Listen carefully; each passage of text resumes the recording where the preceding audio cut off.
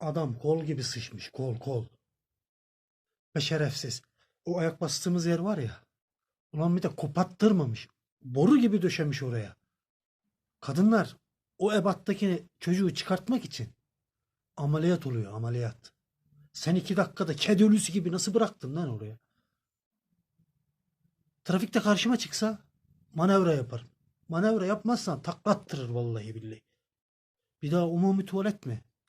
Tövbe kardeşim.